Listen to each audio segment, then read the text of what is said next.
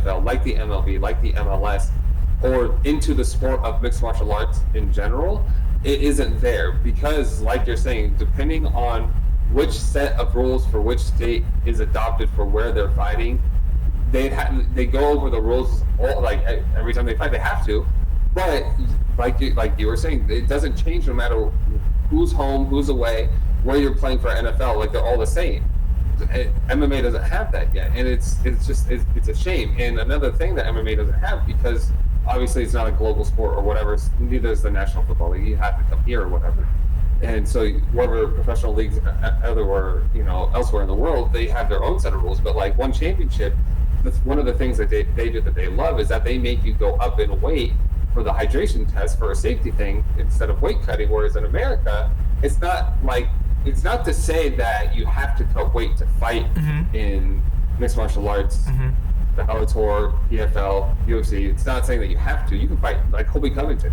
He fights at his natural weight. Donald Cowboy Cerrone. And remember when you were talking and telling me about like how like we're the only American weight cut, I guess, in your words, is like it's the only one with this mentality, quote unquote. I guess it's the only, we're the only ones with this mentality. But it makes more sense the way One Championship does it. You know how I was saying like, don't do a 24-hour gap. Do a weight the same day. Here's how they do it for their fighters, to keep their fighters safe, because it's very dangerous to cut weight. Dude, it's super dangerous. Like when you think of just the science of like shutting your body down and just cutting mass off, that is super unhealthy. It's that drastically, that many times over that many years, like all those things, right? That has huge effects on your like nervous system, all that stuff. Do it better or healthier than, like, there are better ways of doing it, but it's still very straining and taxing on your body. And the idea is that as long as you can make weight, you can be fucking huge stepping in from fight time. And see, that doesn't make any sense. It doesn't make any sense, like... I know it doesn't. It's just like I don't know, like I tell you, right? Like you're going to fight for a 155-pound belt. And then your opponent walks in at almost 200 pounds. And you're like...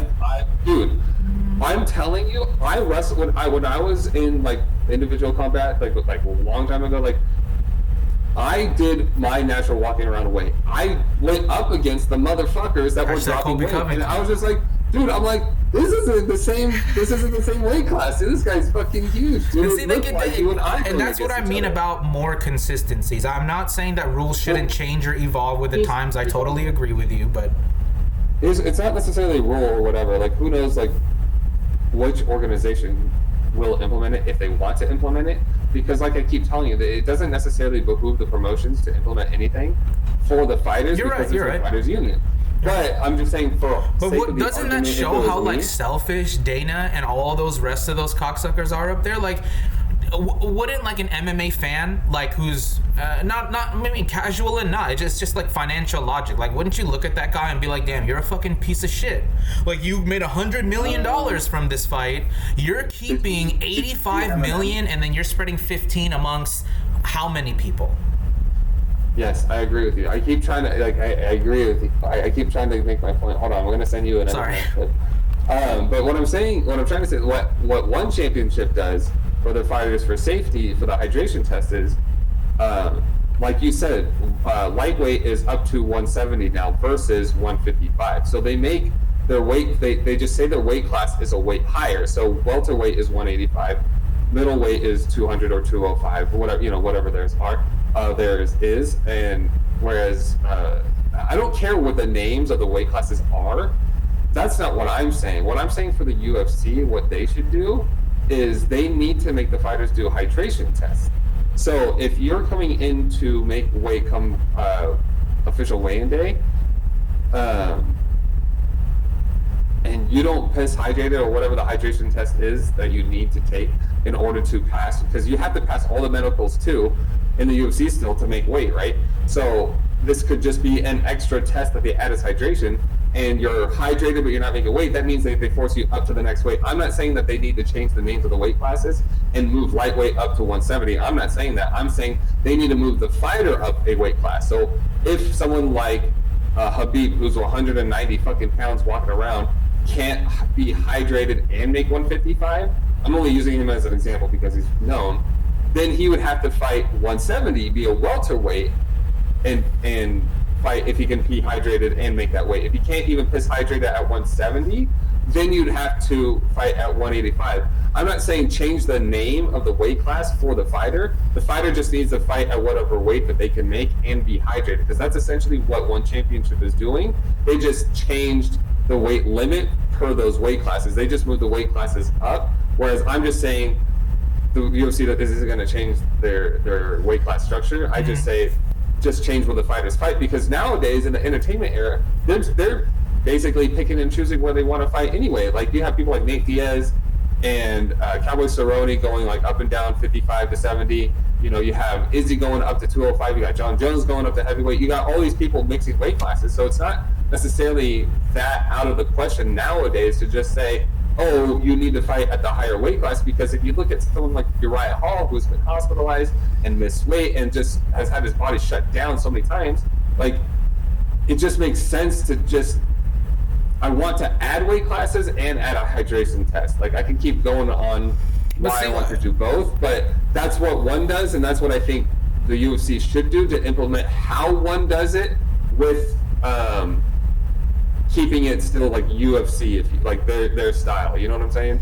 Like move the fighters up, not change the weight classes. Keep everything the same. Just move the fighters to whatever class they. But then now you're dictating where people are fighting at, and that whole weight class system, if that's the case, now is completely invalid. I mean, not for UFC. I'm saying for UFC. But I mean, that's okay. I mean, you can make that argument for anything, though. It's just kind of like, oh, you could go into the UFC and be pissed off that they don't have sponsorships except for the Reebok deal, and you'd be like, well, then don't sign with the UFC. Go to Bellator where they have a sponsorship deal.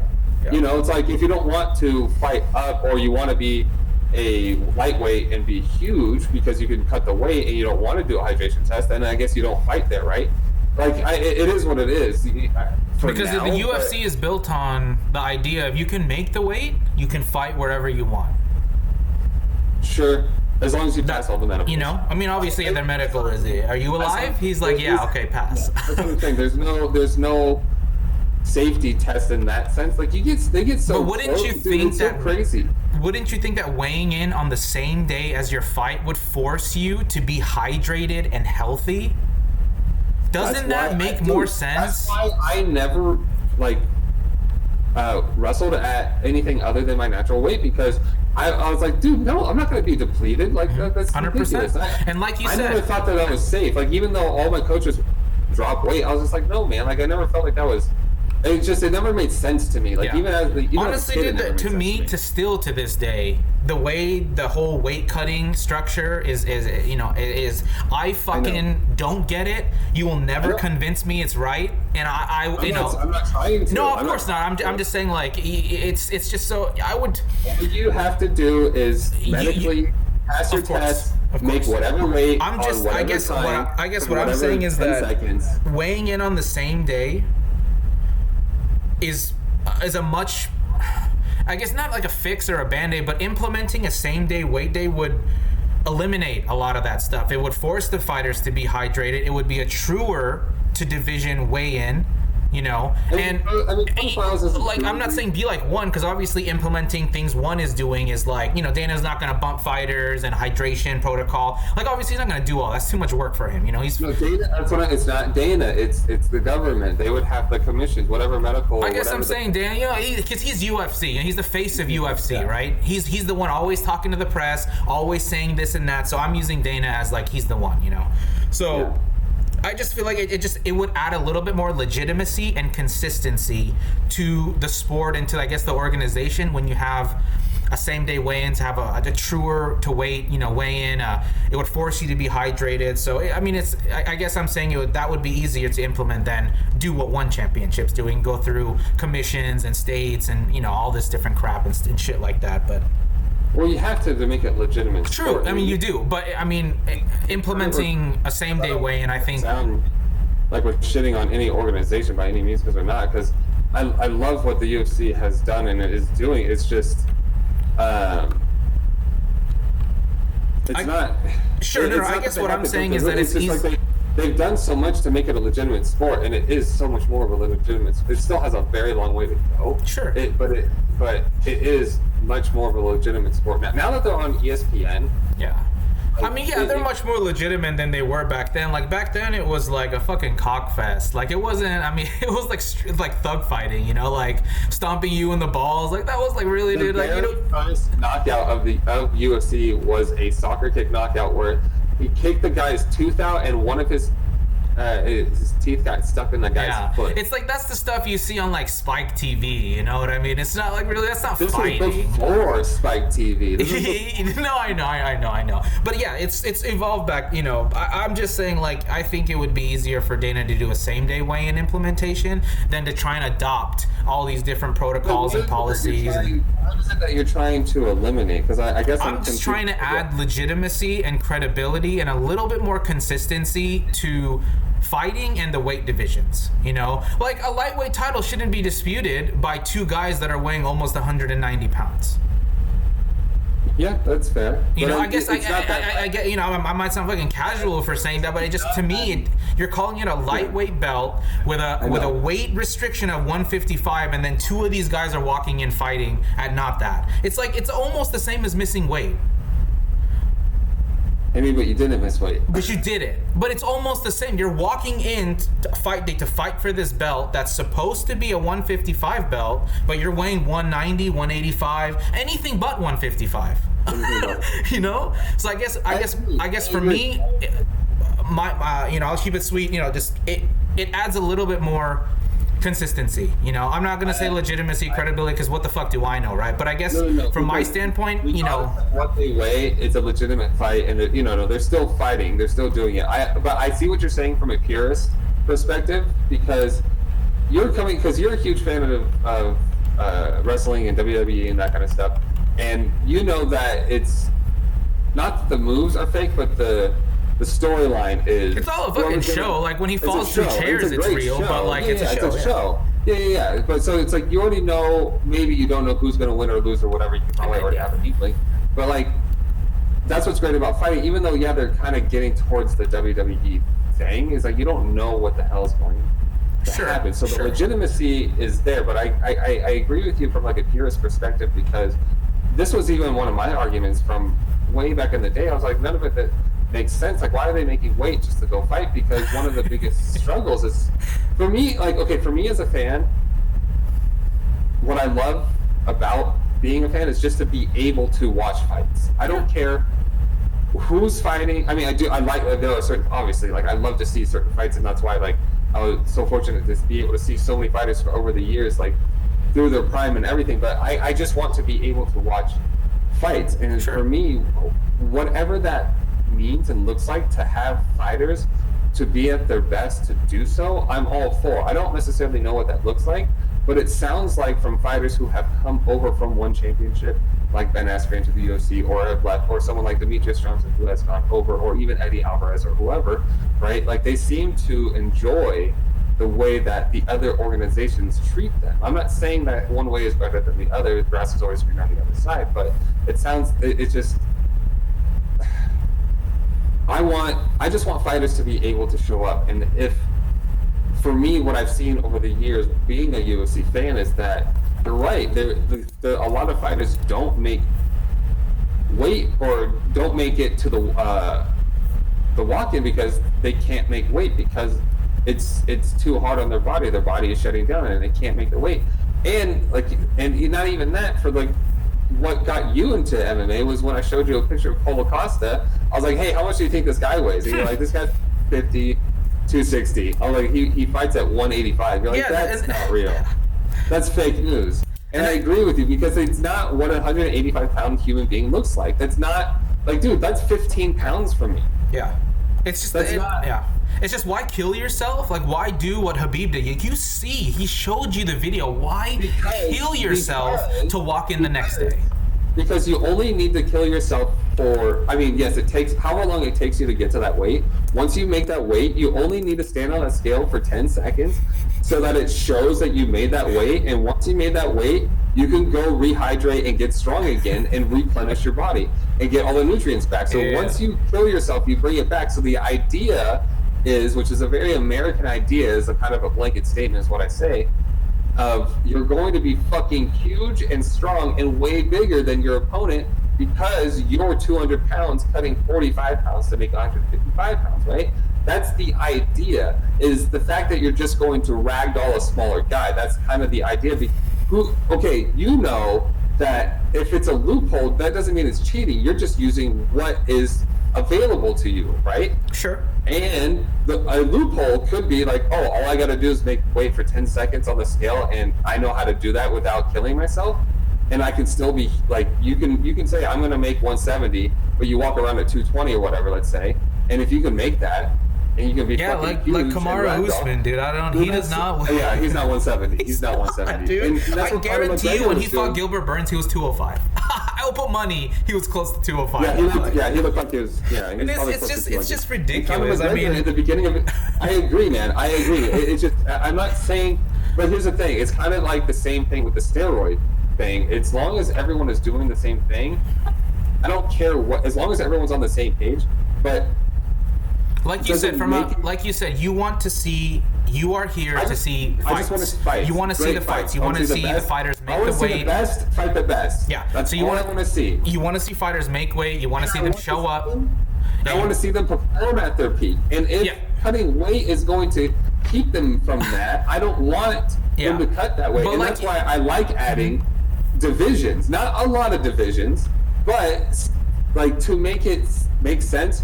Why is every single weight class every 10 pounds except for like 2, right? Like, why don't you just make them all every 10 pounds? That's what I'm saying. Well, there's already so many inconsistencies right now, like people walking in at higher weights, like, yeah.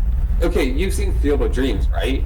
Where it's like, if you build it, they will come. If you make the weight classes, the fighters will come. Dana White has this stupid fucking mentality of saying like, oh, it'll just deplete my best division of 155 pounds. Yeah, maybe in the first month you might see all these guys on Twitter saying, oh, I'm going, like new blood, new this, new that, whatever, like maybe from 170 to 155. But what about everyone else who's struggling? I think someone like Kevin Gastelum, if they bumped up the welterweight division, say they added 165 pounds and bumped up welterweight to 175, Kevin Gastelum to 175 from 185, because he's not a huge 185. Sure. And he's too big. Yeah, it would definitely, again, add more consistency. That's what I'm saying. Yeah, exactly. Way more. So I would love for I say the UFC, but like doesn't matter who. But like I was just like the UFC to do from 155, do 165, call it super lightweight, move welterweight to 175, keep 185,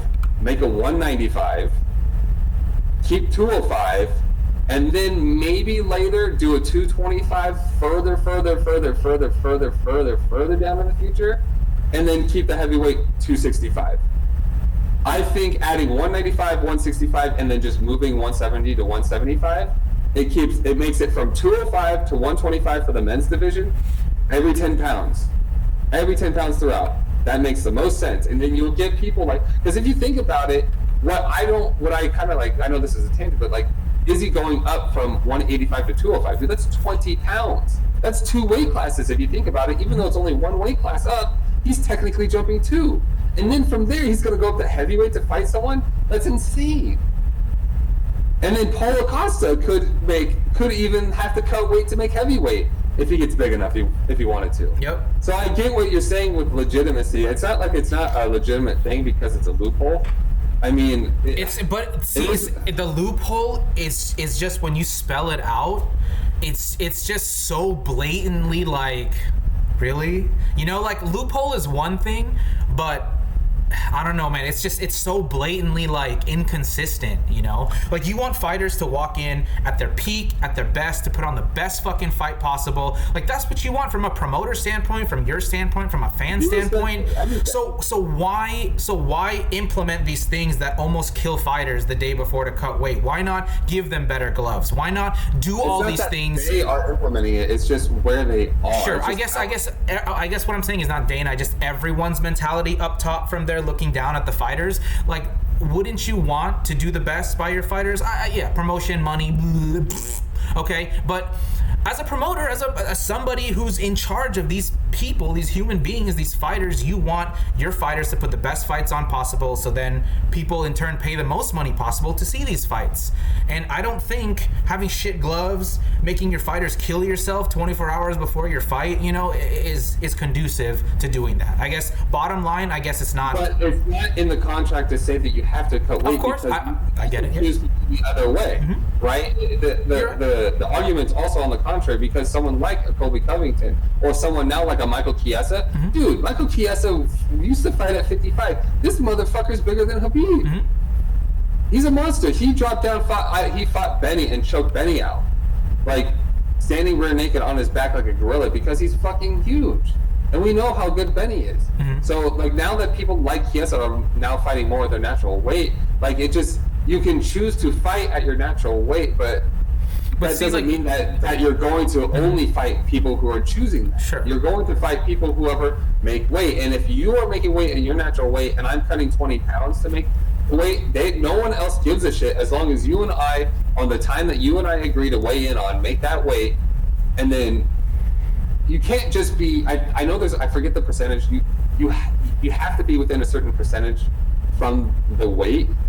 You can't just go in to be close to, but you can be really sure, big. but you don't think implementing these... But you aren't at the weight that you weighed in at. Yeah. That is so implementing these divisions, creates opportunity, but you don't think these people will still choose to cut weight down and be bigger and fight? Like, that's what I think Dana's getting at is...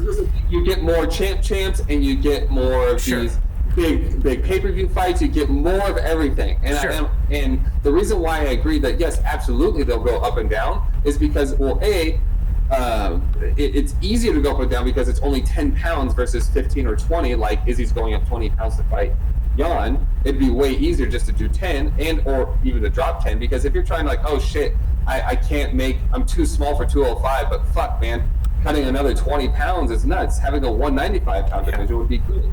So, but a lot of those people don't have that mentality. I think if you still had like 165 and then move 170 up to 175, a lot of those same guys, not all of them, because most of them will be like, oh yeah, that weight makes more sense to me. A lot of them will still choose to go down to like 155 still. So in that sense, I agree. They will, because there's no, as long as they pass the medicals, because they're not doing the one chain like hydration test, absolutely. Yeah. Because you'll get someone like Henry Cejudo who's like, oh shit, I could be 5C now because I can make weight. I'm just saying, when Dana says like, oh, it's gonna deplete my divisions, I think he's saying that the division won't fill up. Because if you add like a 165, I think a lot of these fighters will choose to still make 155 because they'll be bigger and I'm going to be, whatever. I think only like a handful of these guys will go to 165 because it is a smarter choice. It is healthier, but it's not that black and white. It's in their contract to fight out whatever the contract states. So they'd have to renegotiate their contract and be able to, in order to move. So even if Dana White wanted, or whoever Dana White, I'm going to use Dana White as a Kleenex term, right? That's all. To implement the 165 pound division, right? Like, that sounds like way too much work for him already. Dude, if he's not gambling or buying swords or whatever, and like, if he's not buying their fighters gloves, you think he's gonna take care of it?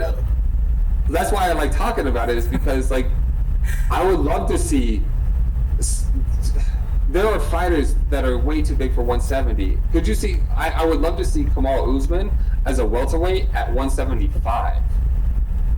And that extra 5 pounds that he doesn't have to cut, and someone like Masvidal to be the 165 pound guy, he could cut an extra 5 pounds. He's not that big for 170. Sure. But what I'm saying, 155 where he was fighting was too small. Sure. But him to cut an extra 5 pounds to be at 65, but not an extra 15, that's what I'm saying. There are certain guys, and there is enough talent at the top and throughout, because he's got how many? 500 people? Here's the thing, if he had 700 people, he probably wouldn't have had to cut.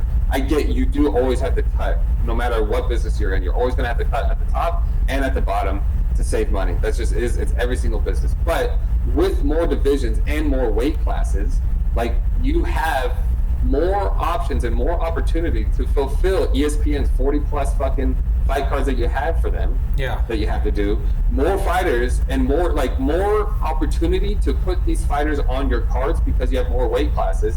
And since they're closer to each other, less fighters pulling out because it's how many times do we get, like, this is like the 5th person that they called because the first 4 say that they can't make weight because it's too short of notice, because it's not enough time for them to drop 20 fucking pounds. Well, if it was within reason, because if they're not dropping 15 pounds to just make from 170 to 55, just to use that as an example, like, it would make, you would have more fights, more opportunities, more fighters to have more opportunity, which makes it just, I feel like it's just better for everyone, sure. Right? Like, I agree with you. I just don't think there will be growing pains with the company, obviously, in the beginning, to implement things like this, to implement, like you said, better gloves, better this, whatever. Like, there's obviously, you can make, I would love, like, we can even go on more tangents, like that impact fucking foam. You can put that on the canvas, so when guys do get fucking wheel kick knocked out, like Barboza did to Terry Edom, the first one in the UFC,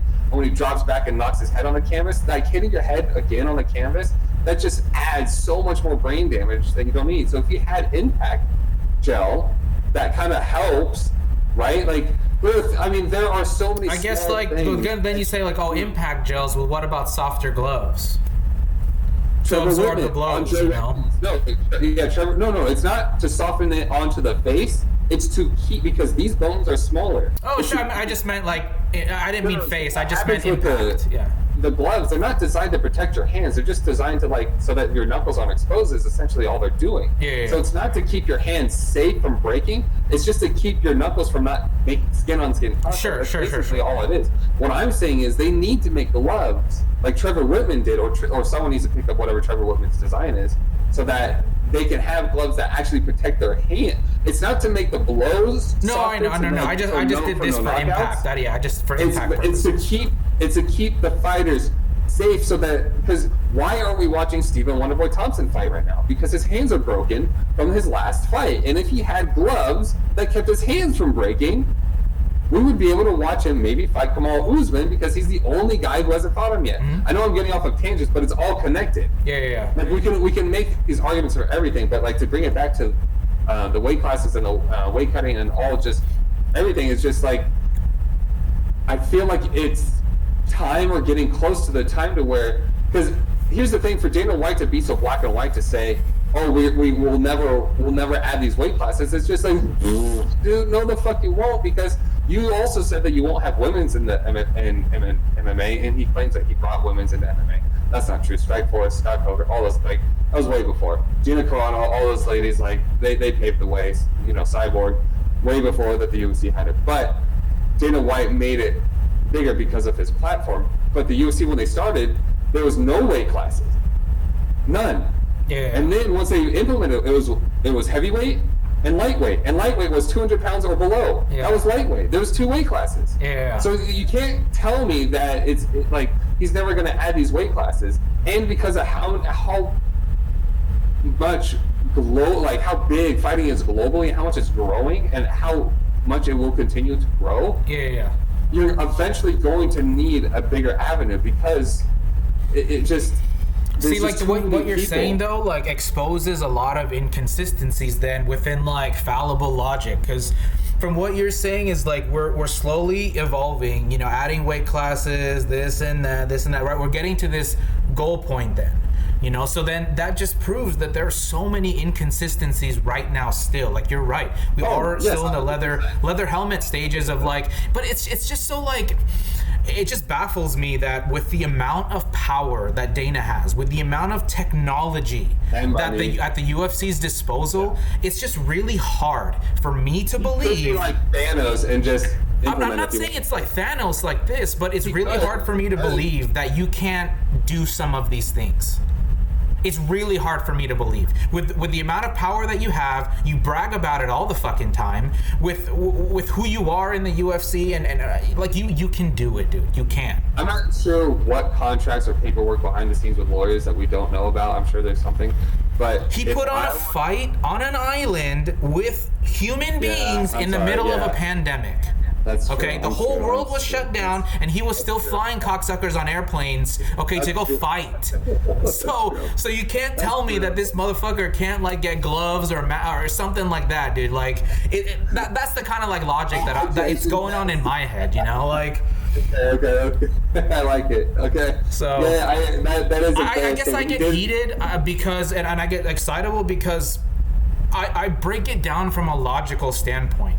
You know, like not from just the UFC's perspective. It's got to be from an outside, like global perspective, because that's the platform that the UFC is on globally. They are global. They're global. Now, I mean, like, you know, obviously UFC 1 to like 50 were probably like, well, it was probably just in Vegas. You know, people were watching. It was illegal in every other state. True. Because they were, you know, it's crotch shots and all that. It wasn't fighting. I'm gonna say that it was not fighting. It was not fighting. It was fighting. I mean, it was, but it's like World Star fighting. It's like World Star with an audience. Yes, I mean, some World Stars have an audience. Some World Stars, like, people put on a show, man. I'm like, is this staged? This looks pretty good. Yeah, no, what you mean. Some of the guys that fought in the UFC in the early days were just tough guys at the gym that just didn't give a fuck. Or just really huge guys that just. Some of the guys, like Tank Abbott was one of those guys who were just a brawler. Just kind of like. But then you would have technicians like Hoist Gracie, even like legitimate fighters like Frank Shamrock. But like you said, there were so few and far in between back then because how the sport has evolved over these years that it was probably easier for like just some huge fucking guy to go in there and overpower some of these guys, or most of these guys, not like a Gracie or, you know, somebody technical, obviously, but. Yeah. But I do agree with the fact that that statement of he made an island during the middle of a pandemic, happened to keep. I mean, to his credit, where credit is due, he was the only person to, for the most part, not shut down. Sure. He was the only sport to keep going. He was the only one to pave the way to show everyone what was done. He was like, Dana White was the one who was able to keep it going. So yeah, I agree. If he was the one to pave the way for basically the United States to not fucking shut down, because that's what it felt like a little bit. Like, because he was just like, fuck this, dude. I have way too much 100% agree with you. So you can't tell me that this guy can't do things. He can do things. I'm telling you, what behooves him or not. You know, what behooves him or not. And for me as a fan, and I understand that it's always money. It always comes down to the dollars and where the dollars are going. I get that, and I'm not saying that I don't understand, why the things don't happen. I'm just for me as a purist who has seen this sport evolve, where I would like it to evolve myself. I would love to see all the way to 105 through 205 every 10 pounds, because 105 is atom weight, and then 115 is what?